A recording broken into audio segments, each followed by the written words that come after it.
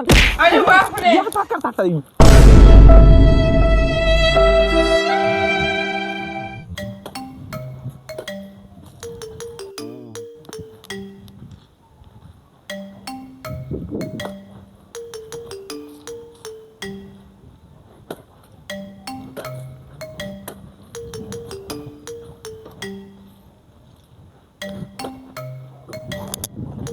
सुरक्षा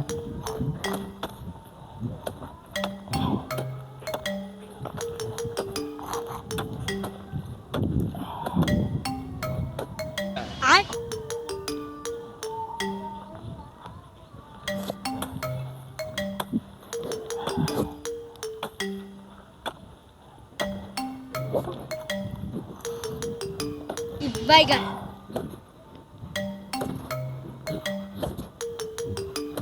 बुझाई गईल बा लेकिन अभी नहीं लगता कि एकर चलना जांगर भइल बा। अपने संगरी हमहू मार डाली।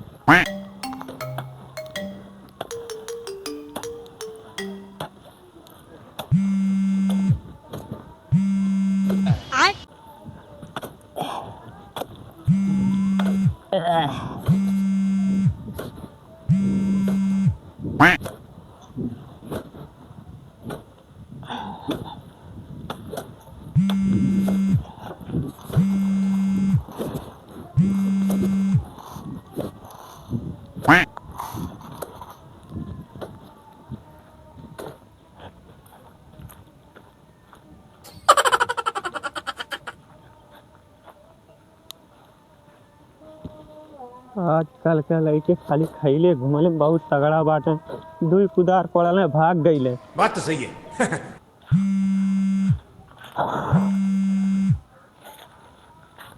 हाँ ठीक बा। अरे ना यार हऊ हमार बाप कमीना देखा थी ले आके का काना भिड़ौले बा खेते में कौन कोड़ा थी भरा बाद में बतियावल। अरे धारा यार हाँ हाँ अब बतियावल बढ़िया से तनी चकमा पढ़ा के आवत फिर। हाँ हाँ ठीक है।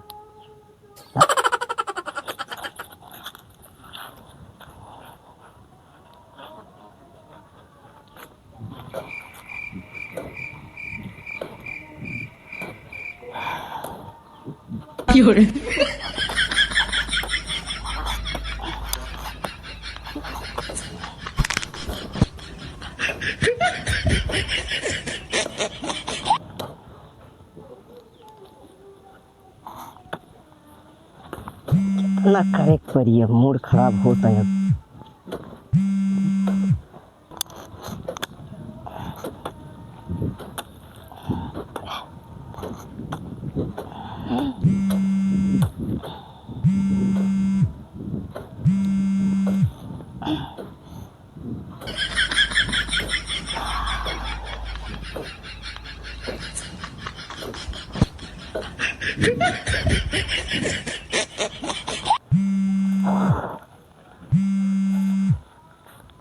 हाँ करे जा। अरे यार कहा थी अभी इनके थोड़ थोड़ बतियावा नहीं तब बुढ़वा सकाए लगी। अरे यार ला के दीनम खेत कोण आवता जनते है बाटी पूरा नहीं तू बोला नहीं। हाँ हाँ हो।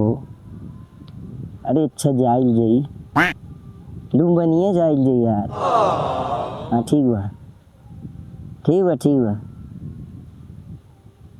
अरे तू ही तो बाटी रखे बढ़िया। हाँ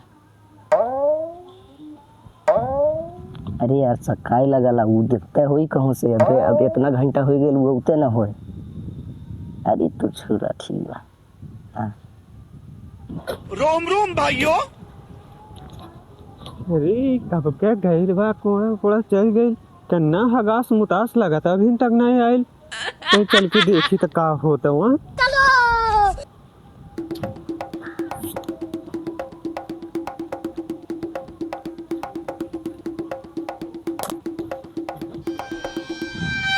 अरे ये कर हगास मुतास हो तो यहाँ कोने बगले बैठ के फोन में बतवा था। अरे चल गई यार कहीं भी हवा सुनत ना हो तो फजहत कोई डारी। हाँ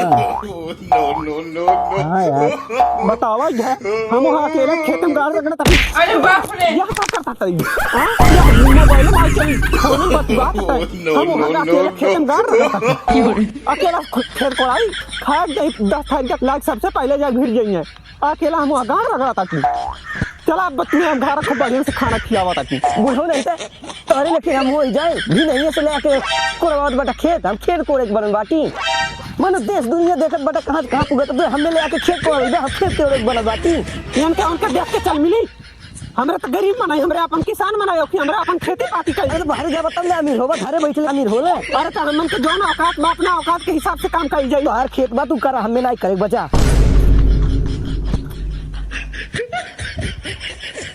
जा सराऊ चाहे करा चाहे ना करा हम ही कहूँ अपने गाड़ी लाद के लेके नदी अपना जाते हैं कुल ओखा धाना दौलत या तोहरा हम एक दिन मर जाए तोहरा होई हमार होई नहीं चाहे करा चाहे ना करा चाहे माई भखरन जाए